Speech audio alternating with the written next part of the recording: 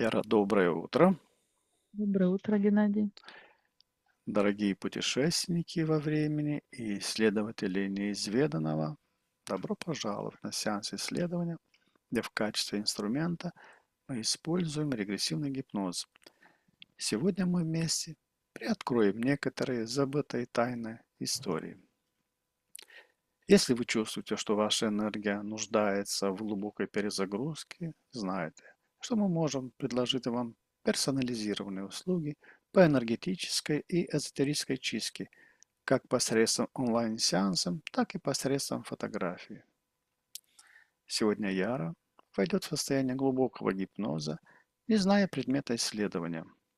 Я решу, куда мы пойдем, и она узнает все в режиме реального времени. Итак, расслабьтесь и приготовьтесь к трансцендентному путешествию. Желаем вам захватывающего просмотра. Хорошо, Яра, можешь принять самое удобное положение для твоего тела и расслабиться.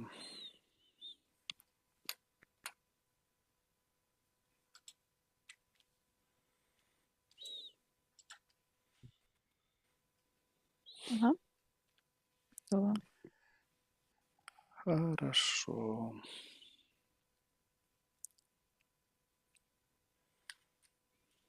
Ага.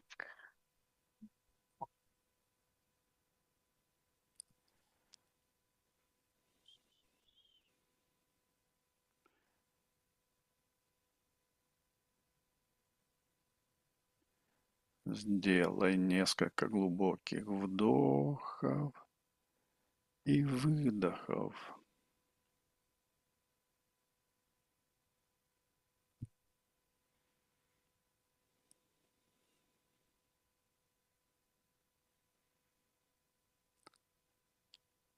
И просто слушай мой голос.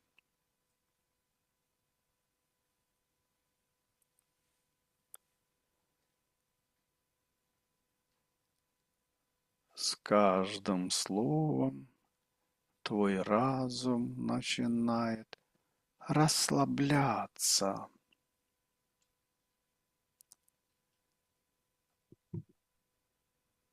Автоматически, без усилий.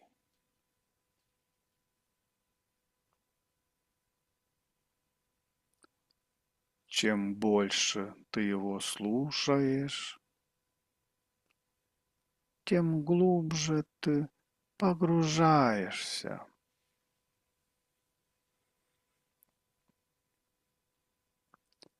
И это приятное и ожидаемое для тебя ощущение.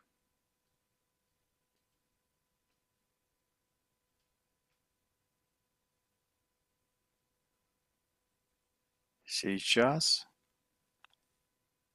я сосчитаю от 5 до 1, и с каждой цифрой твое тело будет в 10 раз больше расслабляться, а ум твой и анализ отключатся.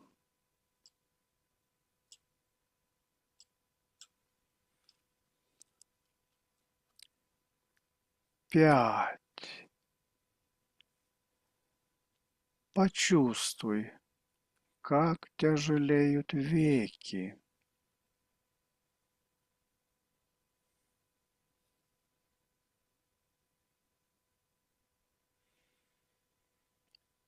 4. Мышцы лица смягчаются.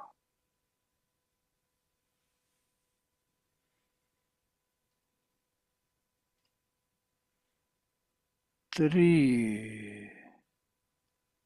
Плечи опускаются.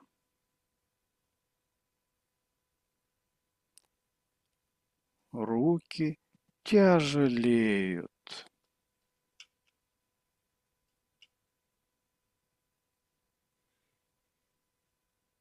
два. По телу тепло разливается, и оно расслабляется.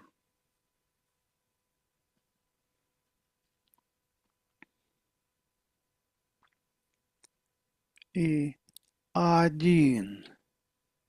Ты в полном расслаблении.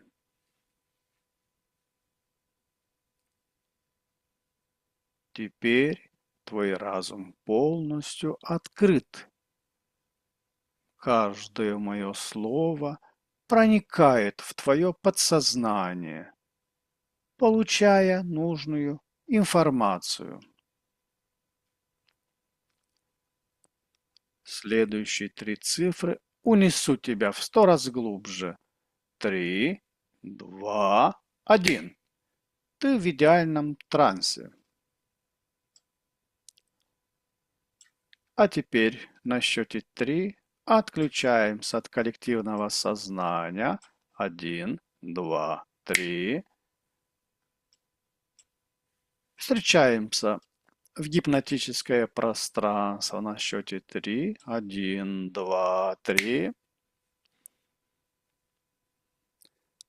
Как ты ее находишь?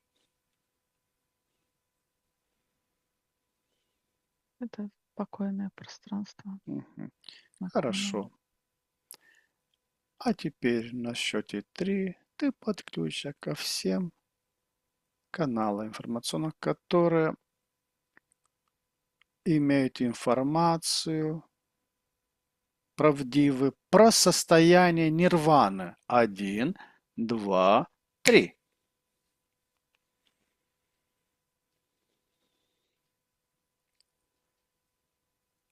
А теперь на счете 3 ты мне скажешь, какое первоначальное ощущение встречает сознание при соприкосновении с состоянием нирваны. 1, 2, 3.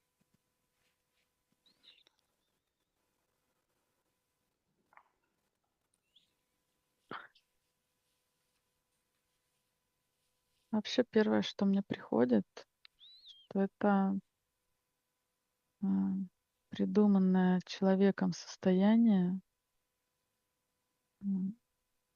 к которому он хотел бы прийти, к которому он стремится. То есть это как побег от чего-то, от обратного. То есть не путь к чему-то знакомому, а побег от обратного. То есть желание уйти от напряжения к расслаблению. Вот этот путь. И все, что с этим связано, вот так приходит мне как определение к этому понятию. Мгм. То есть это просто как какой-то способ, который кто-то когда-то для себя определил. Это когда мы смотрим на это состояние со стороны сознания, да?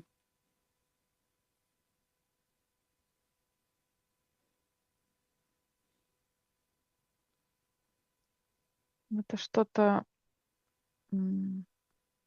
неизвестное, Мгм. о котором все говорят, и куда очень хочется попасть. Особенно, когда м, человек слышит о том, что у кого-то получилось, и кто-то там в этом состоянии побывал и прикоснулся, то желание э, усиливается туда попасть.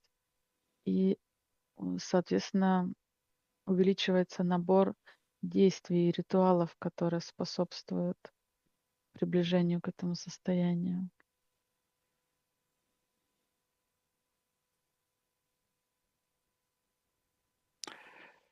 Как изменяется восприятие времени в этом вечном сейчас?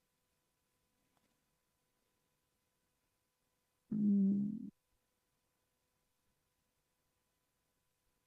принципе, время — это продукт ума. А вот как раз в том состоянии, в которое человек стремится, там вот такого человеческого понятия времени нет, потому что м, нет никаких действий. Ощущение, что время нужно только для действия, чтобы контролировать действия, определять отрезок а, пути, который будет наполнен определенными действиями. И чем больше действий ты впихнешь в отрезок времени, да, в отрезок этого пути, тем как бы продуктивнее считается, что ты провел время. А в этом состоянии не нужно никуда бежать, ни о чем думать, не выполнять какие-то действия, ни с кем не разговаривать, не отчитываться, не оправдываться. То есть этого всего нет. Просто как будто смотришь на белый лист, и ты там ничего не ищешь и не находишь. То есть ты просто как а, Пассивный ну, наблюдатель. бездействуешь, да. То есть это состояние, когда, ну, так скажем, легально и законно человек может позволить себе расслабиться. Ну, расслабиться в том плане, что снять себя в эту секунду времени, минуту человеческого времени, час, да, вот сколько получается находиться в этом состоянии. Это легальное позволение ничего не делать, не брать ни за что ответственность. Уйти полностью от физики, от физического тела Уйти и от все, физической что ответственности. с ним связано, да? Что Это про... не только про Мгм. тело. Ну, по действию. Действие, которое является как бы результатом. Ну, как действие, это может быть еще мыслительный процесс. То есть кто-то работает головой, голосом, глазами. Ну, То мозг есть, тоже является как бы да, физическим да, то есть это не составляющей. это про любое проявление контроля и ответственности. То Мгм. есть ты просто ну, как будто становишься ничем. То есть ты не важный, и все, что вокруг, это не важно. То есть вот эта важность м, чего бы то ни было, что окружает жизни, обязательств, ну и всего-всего этой атрибутики. То есть Да, придавание что важно. какого-то какой-то оценки не происходит, да? Ну, да, в том числе. Ну, знаешь, такая аналогия пришла, как будто ты работник, и, и жизнь человеческая — это работа. То есть как муравьи постоянно в движении, вот что-то куда-то нужно, вот вперед постоянно нужно смотреть вперед, вот туда, в будущее, думать о будущем, и как бы совершать действия, которые позволят в будущем что-то там, да, расслабиться, какое-то состояние обрести. А вот это состояние нирваны позволяет нам не ждать этого будущего, а именно в настоящем найти вот этот кусочек будущего, где есть позволение, ну, так скажем, получить отпуск от вот этой работы человеческой. То есть это уже ну, другая мерность, там, где Да, категориями другими меряется. То есть уже другая. а, покидать трехмерную мерность, да? Уйти выше. Ну, это как бы прикоснуться к Богу, прикоснуться к этому пространству, где Он находится, почувствовать его, соединиться и почувствовать, да, это как ну, когда у человека есть вышестоящее руководство или руководство страны, то есть всегда есть кто-то, кто смотрит и определяет, какие действия человек должен совершать, по каким правилам он должен жить. А в этом состоянии, в этой мерности, уже нет человеческих правил. Можно от них, ну, на какой-то короткий промежуток освободиться, и уже, ну, как другое государство. То есть там уже божественные, правила и, ну, вообще божественное пространство, где, абсолютно все по-другому, и человеческим, сознанием, которое пребывает здесь приземленное, это все сложно, воспринимается и необъяснимо. Но вот это состояние, которое, можно уловить, почувствовать и прожить каждой своей клеточке, и понять, что это не фантазия, это не какие-то рассказы из книг, то, что можно отвергнуть, опровергнуть и потребовать доказательства чего-то. Ага, мы этого не видим, мы этого не знаем, значит, этого не существует. То вот в этом, состоянии никакие доказательства не нужны, никакие оправдания не нужны, и вообще не нужно причин, чтобы, оставаться или убегать оттуда. То есть это просто какая-то точка, а, ну, если брать как бы человеческий язык, то точка замирания. То есть вот просто ты нашел эту точку, в ячейку зашел, и все. И как бы все, что было до этого, неважно.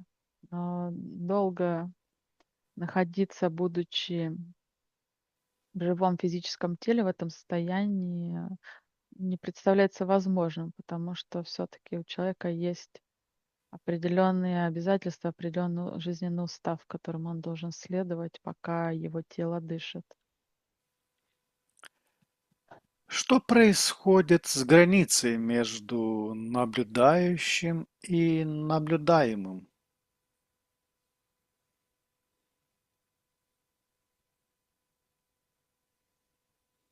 Не понимаю вопрос. А кто такой наблюдающий и наблюдаемый? Ну, человек, который стремится в состояние какое-то, он сперва исходит от состояния наблюдаемого, то есть он наблюдает за своим телом, за своими всеми э, ощущениями, которые происходят вокруг. Мгм. И есть то, что он наблюдает, то есть граница между этими двумя. Что с ней происходит?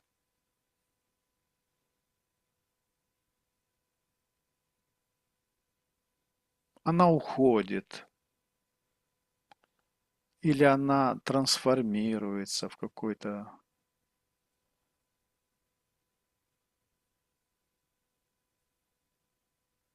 или она четко обозначается. Если честно, я не совсем понимаю вопрос, потому что он звучит для меня, как будто есть две субличности, у которых есть разные роли, между ними есть граница. Но Вот наблюдающий и то, что он наблюдает. Вот что происходит между этими двумя? Они разные изначально.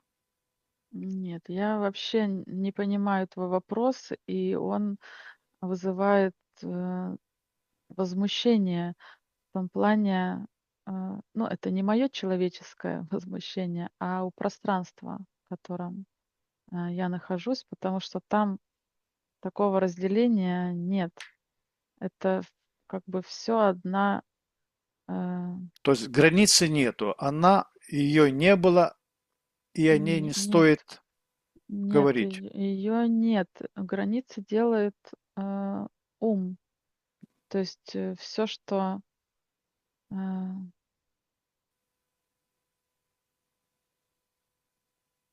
ну, как бы вот хочется, уму хочется приобрести какую-то, ам, Разделить, да?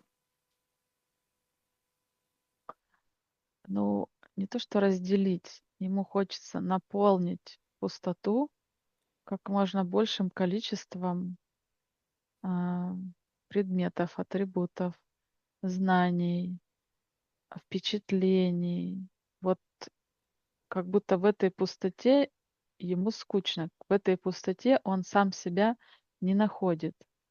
А человеческая, ну, душа, в принципе, ей не нужна вот эта вся, как бы все физическое определение, определение ролей, статусов, каких-то выборов, каких-то действий. То есть это, м, то есть человеческим сознанием вот это состояние внутреннее души, ее замысел и все, что там кроется, не представляется возможным понять, потому что ум в своем роде ограничен. Он одновременно позволяет создавать вообще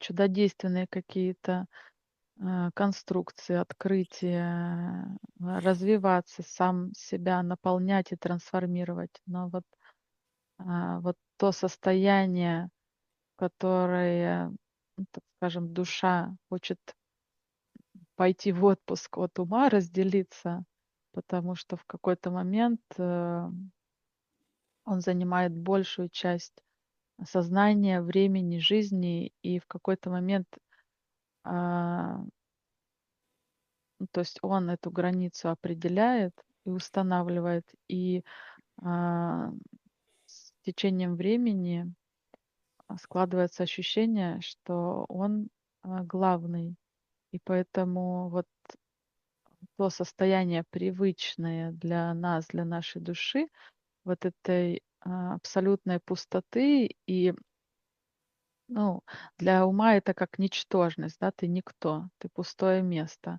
И да, у каждого народа есть какие-то поговорки, да, что вот если ты ничего не создал, или там не родил сына, не посадил дерево, не построил дом, то ты, ну, никто, да, ты не реализован. То есть вот это разделение ума на мелкие какие-то детали, как будто бы важные. То есть вот это выстраивает эти границы. Но по сути этой границы нет. И если и только уходя вот в это состояние пустоты, нирваны, а, можно, ну, как бы на мгновение почувствовать, что, ну, никаких главных, каких-то главенствующих органов больше нет. То есть есть только вот что-то, да, вот эти глаза, которыми ты смотришь на эту пустоту и ощущаешь ее. Да, как бы человеческое сознание, ну, не может так схлопнуться и понять, что я и есть эта пустота.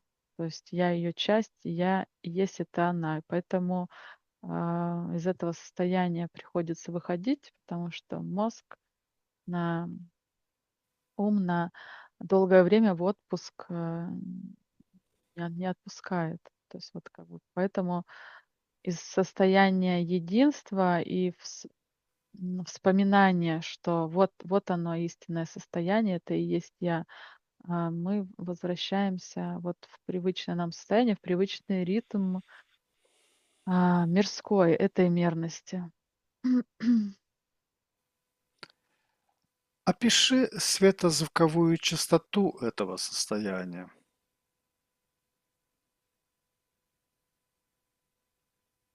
Пример приведи, как это, о чем ты говоришь. У человеческого сознания есть определенный спектр того, что он видит, что он слышит. Вот в том состоянии, что происходит с этими частотами?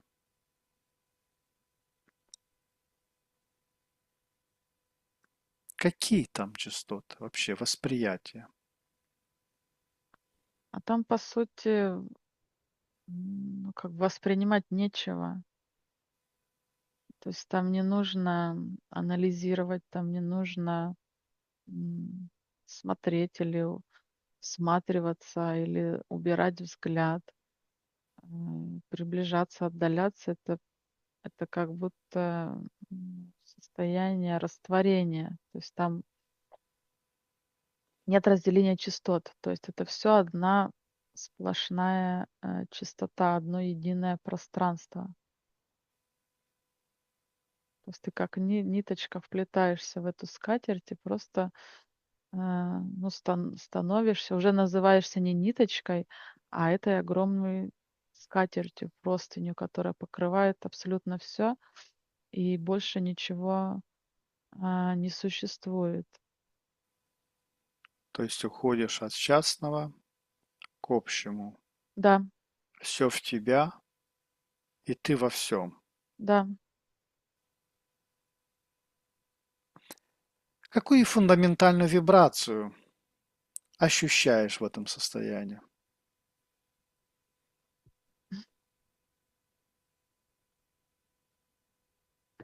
Ну вот это что-то сродни спокойствию и то, что мы называем, ну, люди, да, спокойствием и здоровым пофигизмом.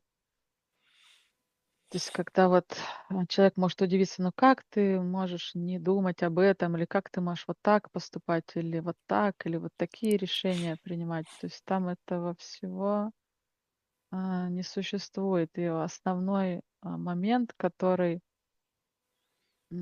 сложно почувствовать вот в этом мирском ритме, а, это вот это состояние расслабленности, ничего не делания. И когда тебе за это ничего не будет, никакой голос в голове тебя не поругает, ни начальник, ни супруг или супруга, ни дети будут требовать внимания. То есть все те роли, которые мы выполняем и проигрываем, там этого нет. Они просто не для этого места. И основное это вот просто ровное состояние, когда все, что от тебя требуется, это просто дышать. То есть ты являешься как дыханием этой планеты. Все.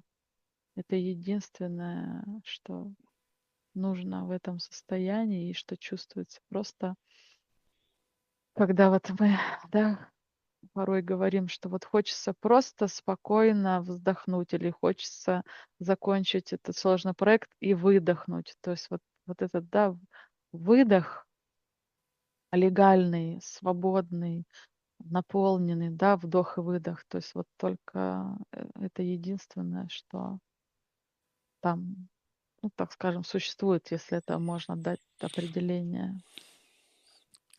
Куда исчезает внутренний диалог? Он остается ниже, так скажем, если мы смотрим на это пространство, что оно находится выше, то есть мы всегда куда-то стремимся наверх, да, если к Богу в той или иной религии обращаемся, да, мы закрываем глаза или смотрим наверх. То есть а, вот все, что принадлежит как продукт ума, он находится ниже. И как, ну, как самолет взлетает с площадки, да, с аэродрома, и вот все, что обслуживает этот самолет, все те, кто обслуживает, они находятся внизу, а он просто как отдаляется.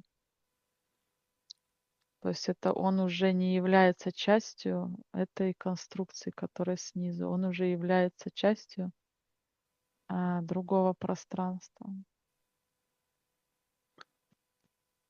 Что остается, когда стирается понятие «я»?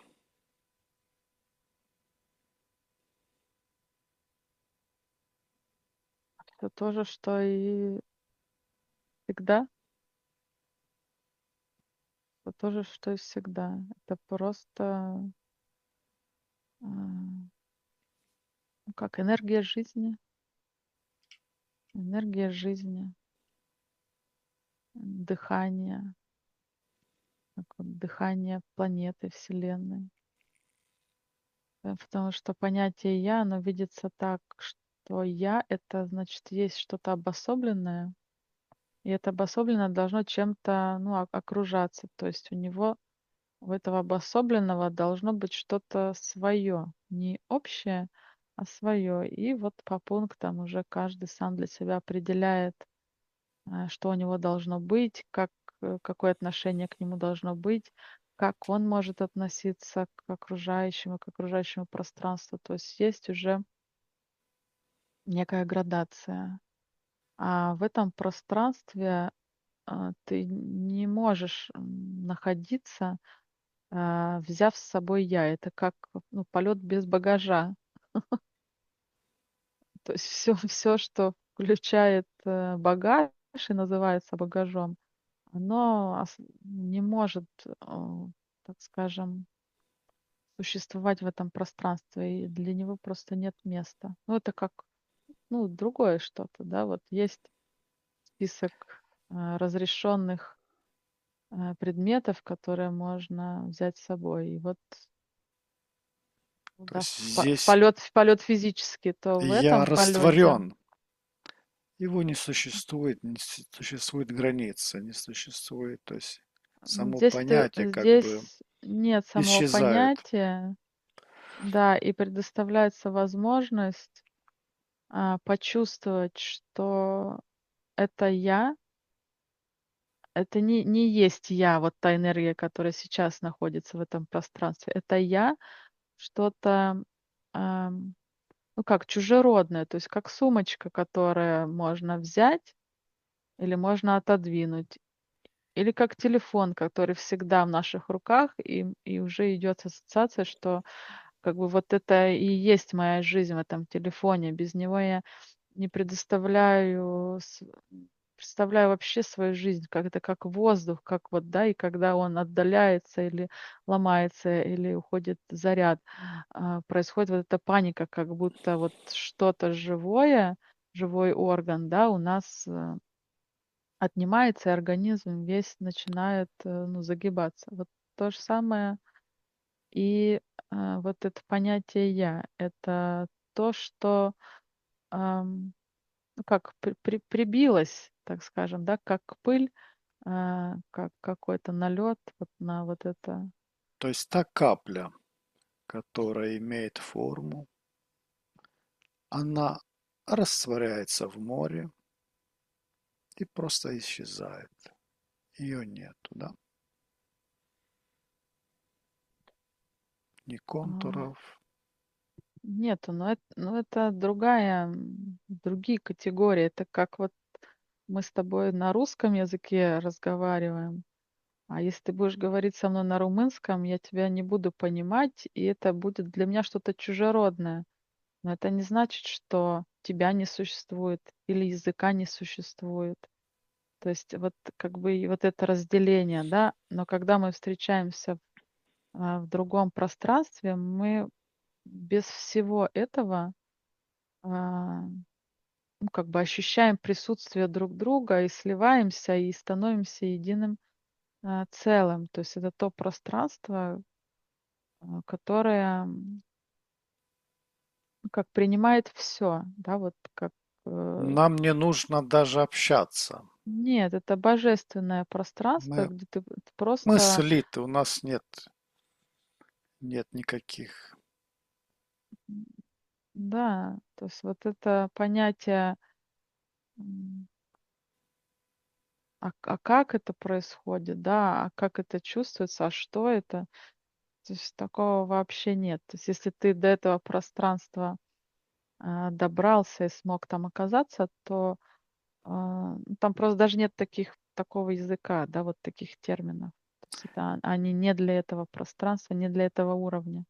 И если ну, чем больше человек задает каких-то вот таких, ну, так скажем, странных для этого пространства вопросов, тем дальше он от этого пространства. Чем больше к себе он задает вот странных вопросов, ищет смыслы, оправдания, причины, знаки, вот тем дальше он от этого пространства. Как воспринимается пространство в этой абсолютной точки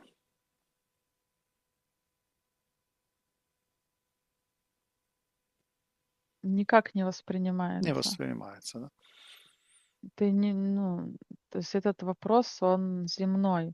Как воспринимается пространство? Это значит, что есть некое я и есть некое пространство. И как это я воспринимает это пространство, а это, ну, там нет такого. То есть у тебя такой вопрос не возникает, что Я, ты я, а ты и есть это пространство. Все. И я кроме этого ничего не существует. задаю вопрос с трехмерного. Я хочу исследовать, понять то, потому и все направлено от моей точки нахождения в ту точку. Мгм. Является ли это состояние пустой или бесконечно плотной?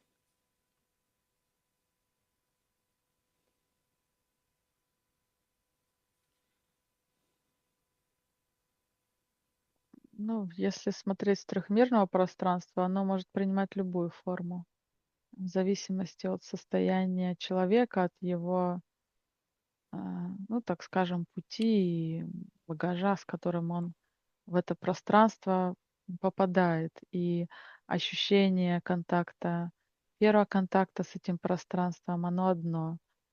Чем чаще человек входит в это пространство, ощущение может видоизменяться. Сначала оно может быть плотным, потом оно может быть рассеянным и легким, воздушным, неощутимым. И в какой-то момент настает ощущение, что вот нет этого разделения, я и есть это пространство. То есть полнота или плотность и пустота – это не с той, не с того измерения, да? Да, это ближе к человеческому Мгм. определению. Ближе к материальному. Есть ли в этом состояние блаженства или нечто, что мы так называем? Да, мы можем так это называть, потому что а, наше привычное человеку состояние, в котором он находится большую часть времени. То есть если человек находится большую часть времени в каком-то одном состоянии, у каждого оно свое, оно становится, ну, как бы получает статус привычного и обычного. И мы так называем, ну вот я вот такой, и я чувствую вот так вот. То, ну как бы вот это состояние, к которому получается на время как будто бы прикоснуться, оно сразу же определяется, умом как, ну, не мое состояние, а состояние, которое я могу получить на время. Вот. Я ответила на вопрос или А что значит быть или не быть кем-то?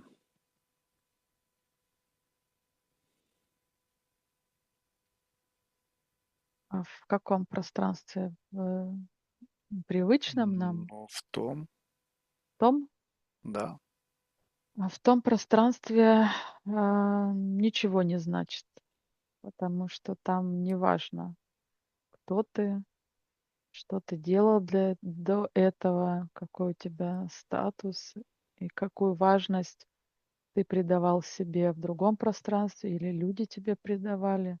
Неважно, сколько людей тебя знают, с тобой взаимодействуют, уважают и так далее. То есть там а, это как, знаешь, как входной билет. То есть когда ты хочешь приобрести билет, то ты, ну, как бы внегласное правило должен соблюдать. Ты, а, ну, вот, как, знаешь, как проходишь, вот такая картинка через какой-то фильтр, да, вот эти врата.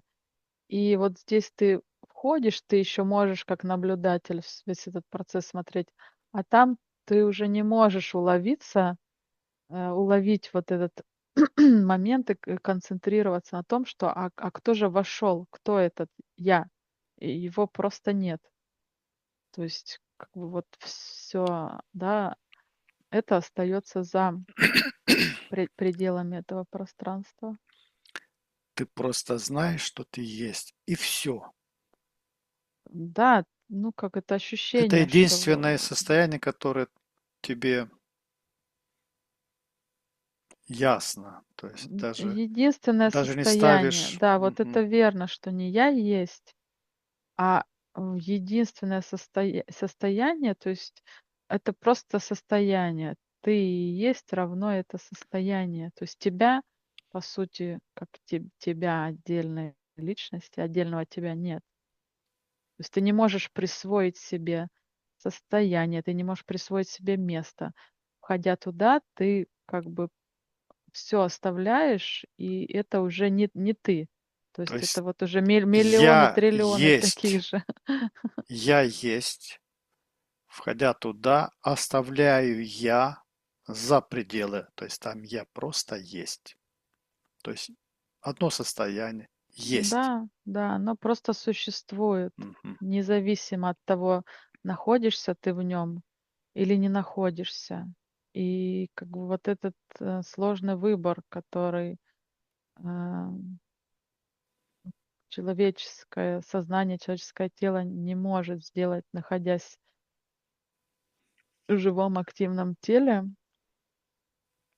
что ну, вот просто согласиться только на это пространство, потому что наше земное пространство, оно, конечно же, гораздо, ну, так нам кажется, интереснее, разнообразнее. Здесь столько всего, как бы столько такой спектр эмоций, действий, всего чудесного, Ну, необъятного. ну это же продукт нашего ума, нашего. Мы же это все строим для себя. И это его территория, да. Как состояние нирваны соотносится с тишиной ума?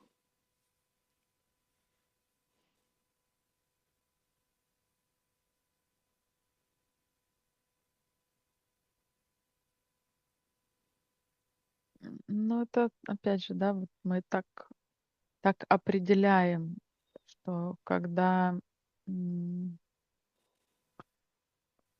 вот наступает что-то непривычное, когда наступает эта тишина в какой-то момент, и, соответственно, вот, м, то есть вот эта тишина, как то, что ум определяет тишиной, он называет состоянием нирваны. Ну, можно так соотнести. Но это не про состояние, это про то, что всегда есть, было и будет. То есть вот оно, ну, независимо от нас. Это не продукт человеческого сознания, это не продукт человеческой жизнедеятельности. То есть это что-то большее, что всегда было, что нас пронизывает и всегда находится с нами, и мы всегда находимся в нем. Но вот ощутить вот это, для этого нужно вот как-то какие-то как будто бы усилия прилагать. То есть сначала нужно То как есть будто ума там не поднапрячься. нужно. Ум нужен только для того, чтобы понять что-то, что отделено от тебя. А там ты во всем есть. Ты все. Тебе не нужно ни инструмента исследования. Да. Является ли это конечной точкой или бесконечным процессом, вот это состояние? Это бесконечный процесс. То есть это не конечное состояние. А, ну, как будто бы есть вот такое разделение, да, когда ну, человеческое тело перестает существовать, то тогда как будто бы вот какой-то этот переход совершается. Но это опять же вот определение ума, определение вот такой картины, такого пути, что в это состояние возможно перейти, только перестав существовать в физическом теле. Но м, Существовать — это как бы опять это существо, это опять какое-то понятие отдельное от отдельности, нечто. да, То есть да. там, там нет, ты там не существуешь, ты там просто есть. Есть, и ты уже есть в этом пространстве. То есть, а, Ты есть все. да, Ты и на просто момент сейчас мы тоже находимся в этом пространстве. Каждый из нас и каждый, кто смотрит. Но оно настолько м, пугающее, что как бы вот согласиться и сделать этот выбор, и что я вот только там или вот там. То есть это уже ум предлагает нам выбор. То есть выбирай, да, или ты какой-то там отлетевший и отказываешься от жизни вот полноценной, которую я тебе даю, или ты со мной и будешь вообще таким вот нашим королем. То есть это он предлагает разделиться, но по сути вот это состояние нирваны, оно показывает то, что нет необходимости разделяться, потому что ты же уже находишься там, находясь в человеческом теле, находясь ну, не умирая, но ты уже там. То есть это и есть, так скажем, маленькое доказательство для ума, что это уже происходит, это уже существует, независимо, ты в это веришь или нет, ты это видишь или нет. То есть это, ну как, просто есть, как воздух. Ты же его не видишь, ты его, ну как, не создаешь. Но он просто есть, и ты в нем живешь, и он живет в тебе. То есть это вот так. Где в теле или в поле сознания локализуется источник этого переживания? Какого? Есть. Я есть? Да.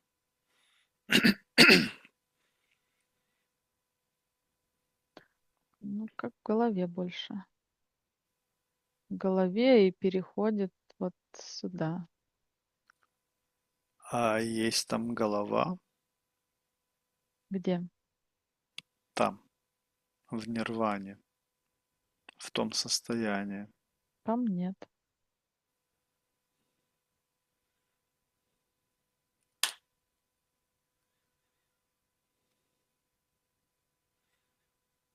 То есть оно везде, это переживание. Опять переживание — это состояние отделенности.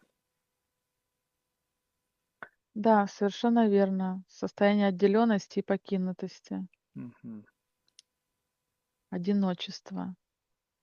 И вот это состояние нирваны, когда, будучи физически одиноким, да, может быть, там без родителей, без семьи, без друзей и а, с какими-то трудностями жизненными на момент сейчас. Вот это состояние, а, оно показывает, что ты не одинок. У тебя есть я, и ты и есть я. Ты все просто. Да. что ты не одинок, ты не брошен, и у тебя есть свой дом, свое пространство, в которое ты всегда можешь прийти, обратиться. Тебе ничего не нужно. Но это как обращение а, к высшему сознанию, к Богу, к высшему разуму. Ты есть Бог. И вот это состояние, что ты один, ты брошен, ты никому не нужен, ты один справляешься с трудностями, тебе тяжелее всех. И вот как бы, да, вот это накручивание продукт ума. То есть есть возможность, ну, как бы почувствовать, да, что ты всегда с Богом, с вот Как этим состоянием. индивидуальная душа участвует в этом безличном состоянии?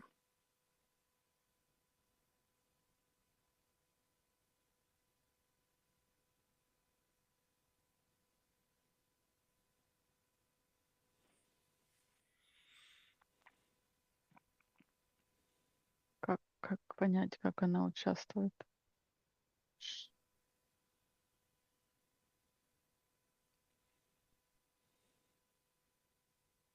Я не понимаю вопрос. Это тоже вопрос, связанный с умом, который Мгм. пытается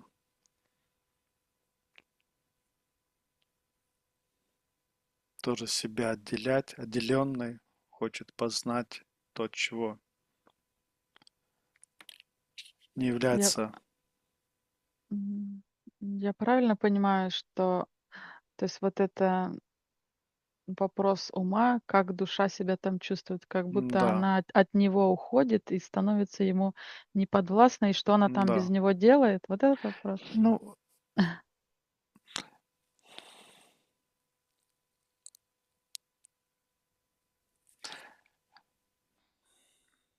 мы пытаемся низким познать высокое. Мгм. И это и хорошо, но невозможно. Это так?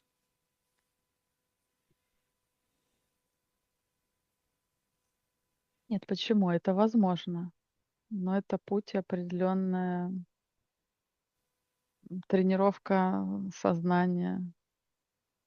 То есть это возможно познать и даже возможно почувствовать на какое-то время. Но так как в этой мерности без ума существовать невозможно, потому что он как орган безопасности, он обеспечивает безопасность, и если его отключить, то нужен будет кто-то, ну, так скажем, телохранитель, который будет выполнять функции этой безопасности. Но если ты здоровая автономная личность, то ну, ум ты не можешь отключить.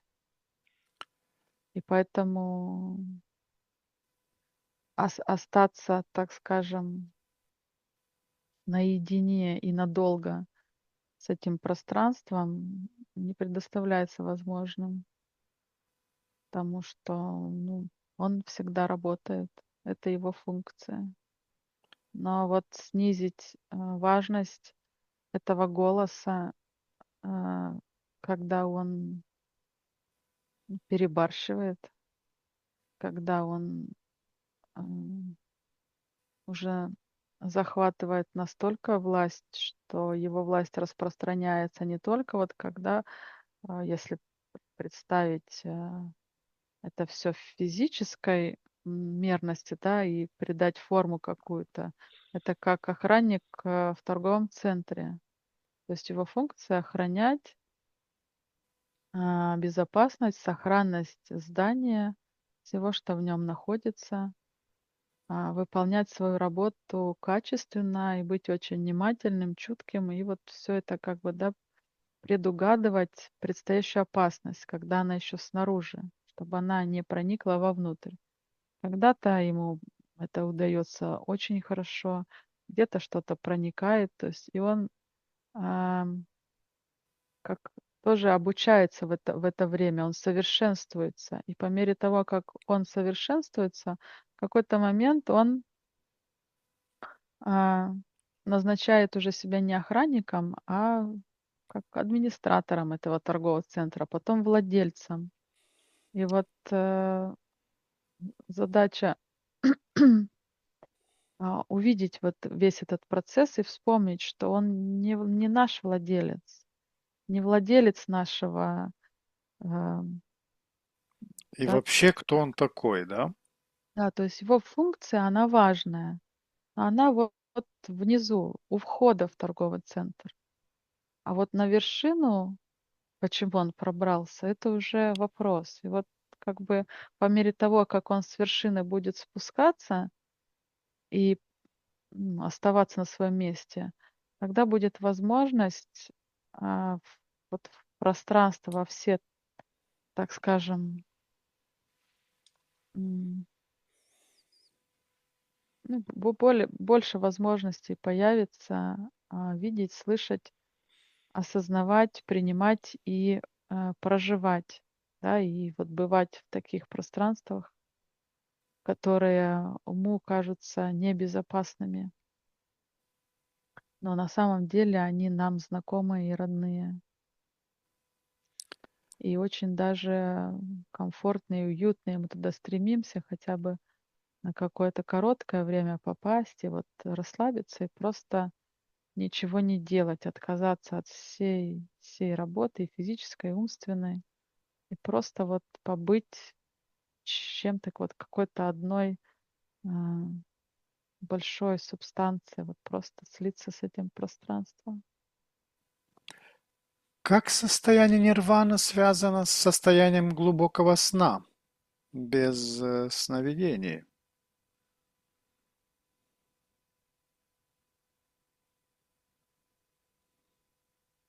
Сновидение это тоже отчасти продукт ума, отчасти.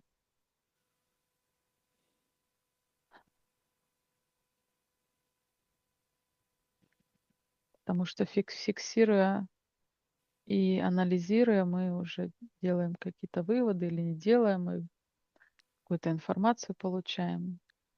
А вот когда м, вот состояние глубокого сна и нирваны, это вот как раз состояние такого качественного отдыха от всего, что мы делаем, когда бодрствуем. Глубокий сон без сновидений – это сродни состояние нирваны.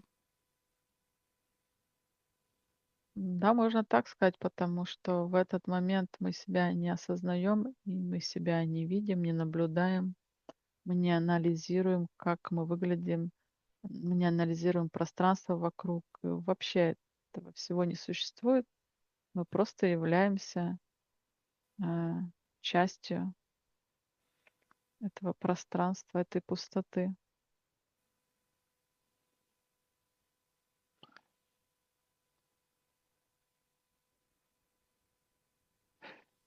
Как из этого состояния воспринимается иллюзия, майя,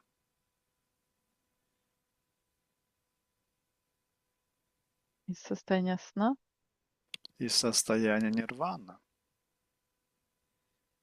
Как воспринимается иллюзия?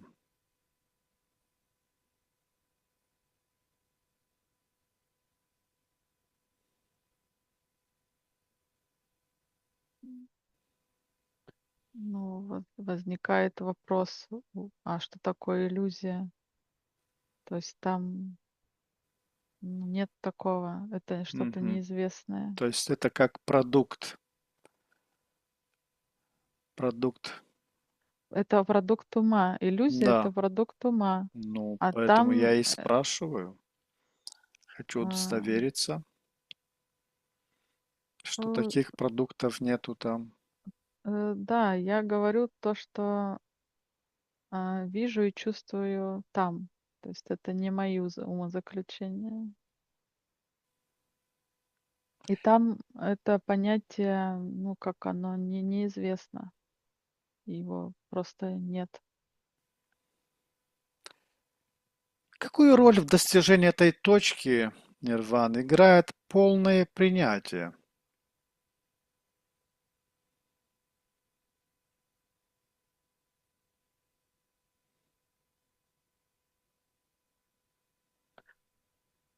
Ну, это тоже такое понятие, полное принятие. А,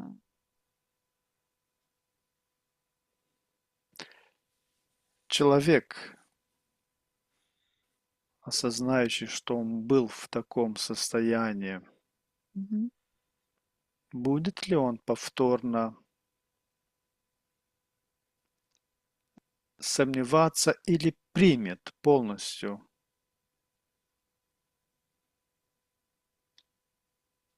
все условия достижения вот этого состояния? Ты спрашиваешь о том, если он будет повторно пытаться входить в это Но вот при состояние? состоянии принятия он будет полностью принимать все или будет сомневаться, стоит ли или не стоит принимать? Ну, Отдаться, принятие и сомнение, они как будто бы несовместимы. То есть но если опять-таки ты, продукт ума, опять продукт. ты принимаешь, человек принимает условия перед вхождением. То есть э, это не секрет, и каждый, кто сейчас входит или будет входить, он не первый и не последний. То есть это естественный процесс, естественное состояние и естественный путь для многих. И многие его уже прошли, и, соответственно, это как резонанс, как отклик. Многие хотят туда попасть, тоже увидеть, тоже прикоснуться. Но получается не у всех, потому что на берегу это вот как я это вижу, как ну, рамка некая, да, вот такая энергетические ворота. То есть точное условие и соблюдение этих условий называется принятием, но оно находится перед этими воротами. А дальше уже этого всего не существует. И если а, получается в это состояние погрузиться, то это и означает, что все условия были соблюдены. И принятие, оно автоматически произошло. И там уже сомнений нет. Если возникают сомнения, то это значит, что ты уже не в этом пространстве находишься, ты уже находишься опять перед этой рамкой, но с воспоминаниями и ощущениями об этом пространстве,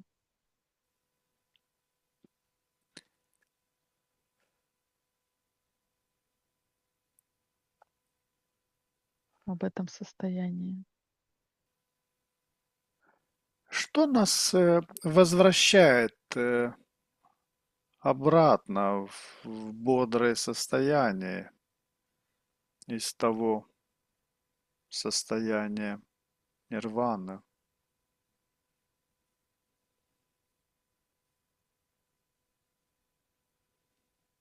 Но это уже речь идет о каких-то физических процессах.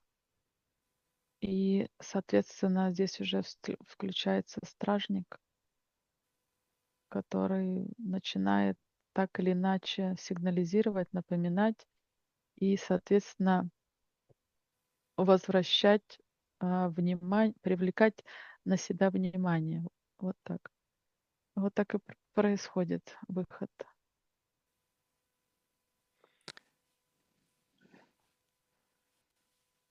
Но есть возможность продолжать оставаться в этом состоянии. Ну, она есть. если игнорировать эти какие-то сигналы. Но опять же, чтобы физическое тело продолжало существовать, ему нужны определенные условия, благоприятные для существования. Поэтому так или иначе, это вопрос уже а, земного времени, насколько долго можно именно находиться в этом состоянии именно полной разделенности вот с я.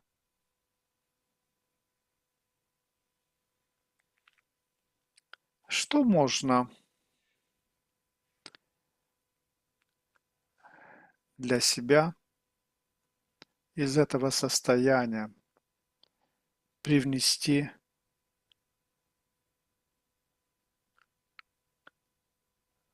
в сознательное состояние, которое мы считаем обязательным помнить?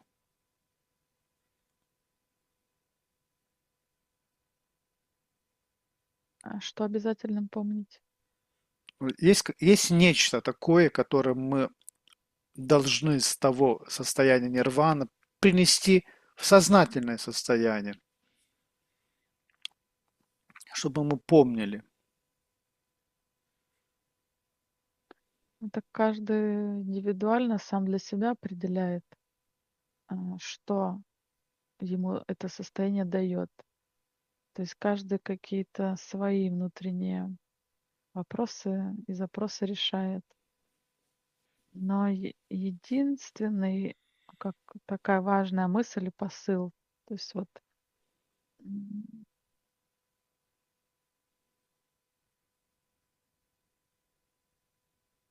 ну вот я опять, у меня эта рамка, как, да, огромные такие врата энергетические. И как напоминание, как символ, что туда вход, вот, то есть ты как бы абсолютно чистый должен быть, свободный от всего. И что состояние, к которому мы стремимся, то есть мы неосознанно или осознанно все равно туда стремимся, вот к этому состоянию. И вот чтобы в момент, когда наступает момент напряжения или отчаяния, когда кажется, что ну вот, да, все катится по наклонной, или вот какие-то эмоции нас одолевают, захлестывают. То есть в этот момент, вот как вот это напоминание, да, об этих воротах и об этом переходе в это состояние. То есть вот все, что сейчас, так скажем, я чувствую, да, вот этот вопрос, все, что сейчас со мной происходит, да, оно доставляет мне некий дискомфорт, даже, может быть, большой дискомфорт и физическую боль. Но изменить мое состояние я могу только пройти через эти ворота. То есть облегчение я смогу получить как бы осознанно, ну, так скажем, отказавшись от этого. То есть вспомнить, что это все не так уж и важно. Ну вот прям, ну, может быть, да, в нашем понимании это сдаться. Сдаться этой стихии, этому океану, и чтобы он просто тебя, ну как, поглотил. То есть сдаться этому спокойствию, Не сдаться является этому ли это мгм, отрешенности вот а, н- именно в эту секунду. То есть это говорится не про то, что лечь на диван и похоронить себя. Именно в эту секунду острой боли, вот именно в эту секунду, вот когда переключить этот тумблер, перейти через эти ворота. не является ли это состояние нирвана, состояние, когда мы возвращаем свой истинный дом? Да, Мы являемся как бы возвращаемся в абсолют, как частичка абсолюта. да, можно и так назвать. И нужно быть всегда, нужно, нужно всегда помнить, что мы являемся тем,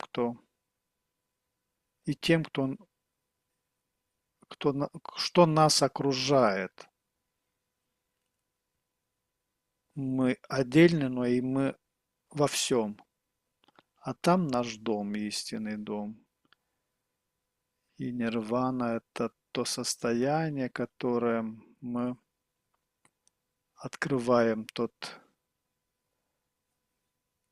дом и заходим в нем, и растворимся в нем, растворяемся в нем.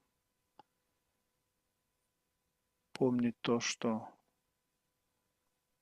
мы есть абсолют, это, наверное, самая большая мысль, которую мы должны держать очень близко и доставать при каждом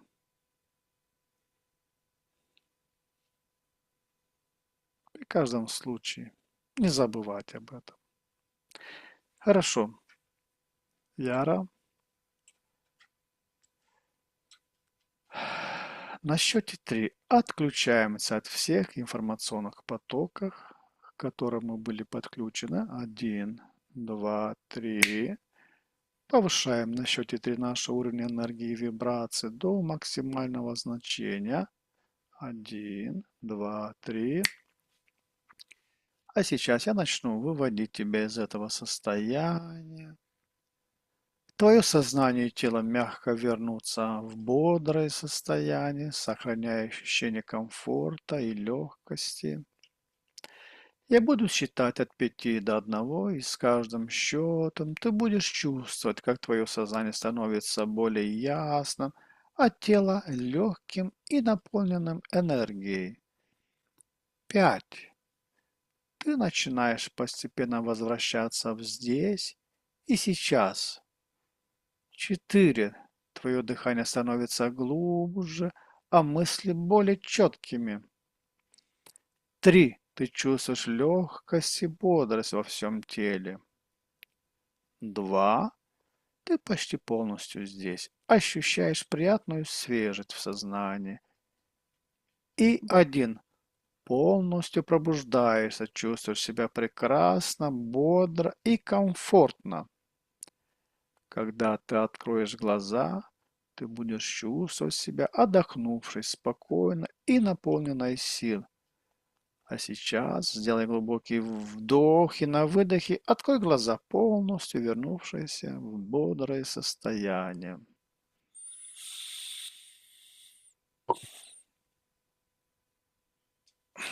Как твои ощущения? Ну, классная. Хорошо.